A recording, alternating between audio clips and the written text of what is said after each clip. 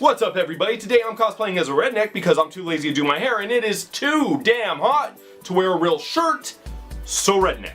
A belated happy Thanksgiving to everybody in the States and to everybody else, a happy November.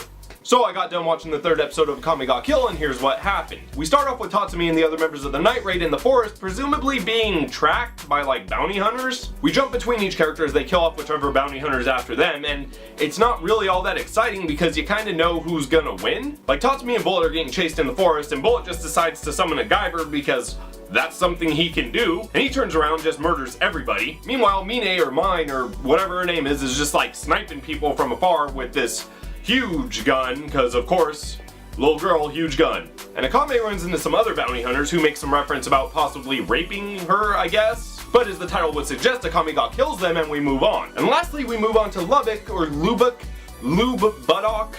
Anyways, he uses strings to kill people, and as such, we find him in a cave with some girl just like randomly strung up. I guess she was a bounty hunter, she must have been after him, but she's randomly strung up and he has like piano wire and anyways, he's apologizing for having to kill her, but he adds that he like knows the ways of women's wiles and that they like killed his friend, which is sexist on multiple levels. Okay, first off, if you can be tricked by women's wiles, you need to get your penis in check, alright? Secondly, don't apologize for having to kill her because she's a woman. She was trying to kill you. In the words of Captain Mel, if anyone tries to kill you, you try to kill them right back.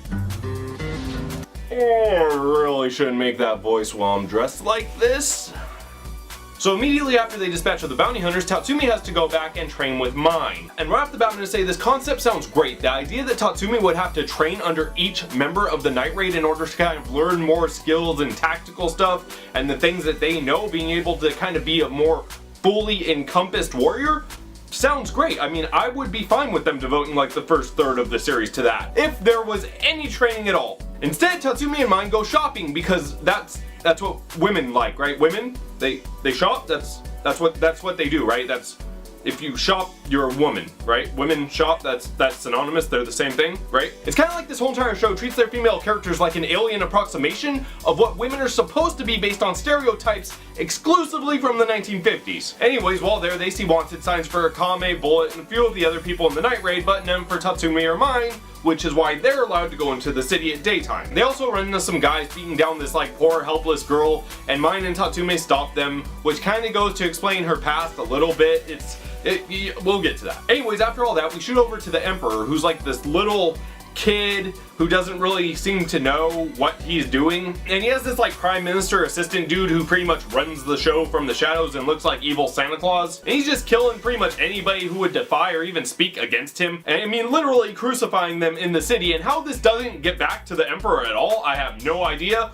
But whatever, we'll roll with it. So they discover that one of the minister's relatives is actually like a serial killer who like finds women and kills them, and they decide to go after him. Understandable. So they go camp out in front of his mansion, and from a distance Mine snipes him with her gun, all the while explaining to Tatsumi that this gun is special and was made from Imperial Guard stuff, which is kind of the same thing that Bullock's Guyver suit is, I guess, and that the more trouble she's in, the stronger the gun gets. Moving on, they kill him and a bunch of like Secret Service guards come after them. Tatsumi then starts to ask Mine about her past as they're running away, and Akame and the others are coming to help with the guard. She explains that she's actually half foreigner from a different country and grew up poor and like sad and disheveled her whole life and was always picked on, which is part of the reason she helped the girl earlier. But immediately the show realizes it's starting to give some character development and says, no, we must stop this. So a guy that looks like long-haired Dolph Lundgren jumps out of the shadows and attacks Mine. Tatsumi tries to help but pretty much gets bitch slapped away immediately, and Mine realizes that this guy was like a special member of the secret guard or something, and the guy admits, yeah, you know what, I was a member of the special guard, but I got kicked out because I was too ruthless or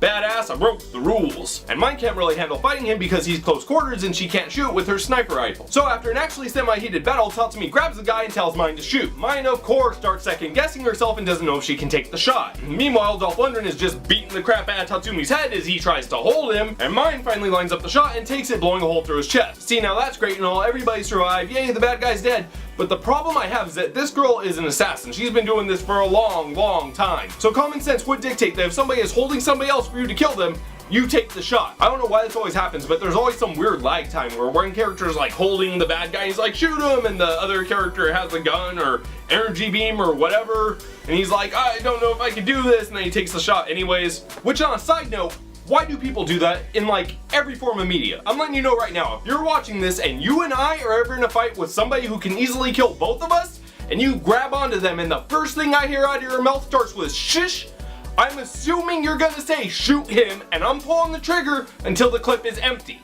But I guess none of that really matters because, as she said, Mine is an expert marksman and does kill the bad guy without killing Tatsumi. Although she does scorch his hair in the process to bring in some comic relief, because God knows this show cannot have resolution without some cheaply implemented comic relief. So my final thoughts on this episode are, it's better than the last episode, but not as good as the first episode, and so far, the series really isn't living up to the hype yet. But we do have like 18 episodes to go before I'm caught up, so we'll see what happens then. Anyways guys, hope you enjoyed the review. Peace!